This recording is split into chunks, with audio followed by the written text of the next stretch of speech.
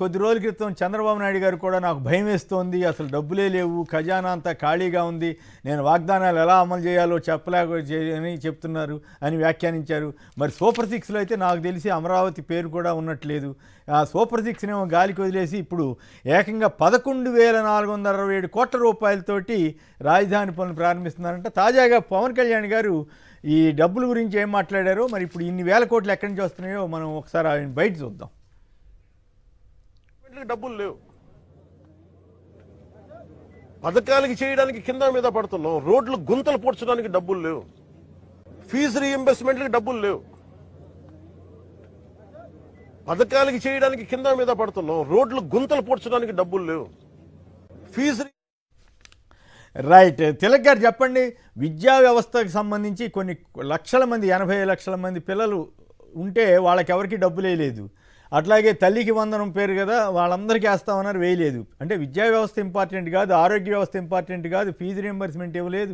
So ఇవన్నీ అట్లా పక్కన పెట్టి, నిరుద్యోగ వృత్తి ఇవ్వలేదు, ఇవన్నీ పక్కన పెట్టి 11,467 కోట్లతోటి ఎట్లా చేయగలుగుతున్నారు? అసలు మరి ఈ వాగ్దానాల పరిస్థితి ఏమిటి, ఈ అమరావతి పరిస్థితి ఏమిటి, మీ విశ్లేషణ ఏమిటి? అమరావతి విషయంలో ఆయనకు కావాల్సింది అక్కడ పెద్ద కాంట్రాక్టర్ల ద్వారా వచ్చే కమిషన్లు తప్ప మరొకటి కాదండి. గతంలో జరిగింది ఇదే, ఇప్పుడు జరుగుతున్నది. దీనికి కారణం చెప్తాను, ఎందుకు అంత హడావిడిగా ఆయన చేస్తున్నాడు. మీకు మొన్న వర్షాలు వస్తే అమరావతిలో నీళ్లు నిల్వ ఉండి వాహనాలు వెళ్లే పరిస్థితి కూడా ఇబ్బంది అయితే ఆయన మాటలు ఏంటండి, అమరావతి మునిగిందని ఎవడన్నా అంటే ఇక్కడే కేసులు పెట్టండి, తొక్కి పాదేయండి, ఇది కదా ఆయన మాట్లాడింది.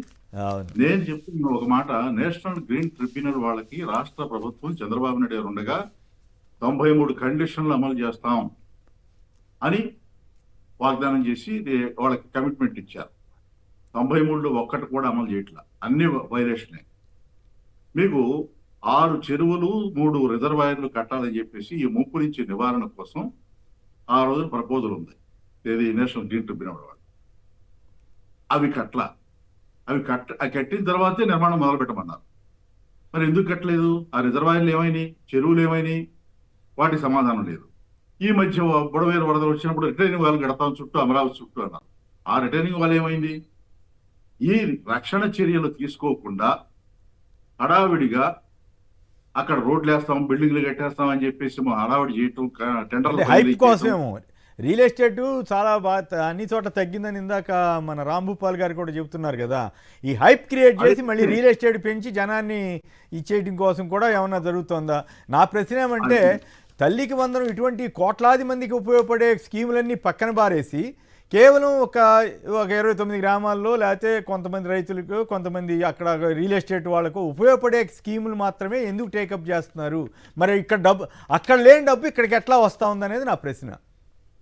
ఇప్పుడు ఆయనకి కావాల్సింది ఏంటంటే అక్కడ పెట్టుబడి పెట్టారు, కొంత భూములు కొని, ఈయన కానీ ఈయన మనుషులు కానీ తెలుగుదేశం వాళ్ళు కానీ అక్కడ భూములు కొన్నారు. వాటిని గిట్టుబాటు చేసుకోవాలంటే రేటు పెరగాలంటే ఇలాంటి హైప్ క్రియేట్ చేయాలి. ఈ నిన్న ఒక ఆర్డర్ వచ్చింది, పూర్తిగా చదవలేదు నేను.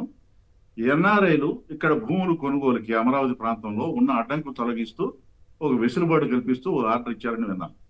అది పూర్తిగా చదవలేదు నేను.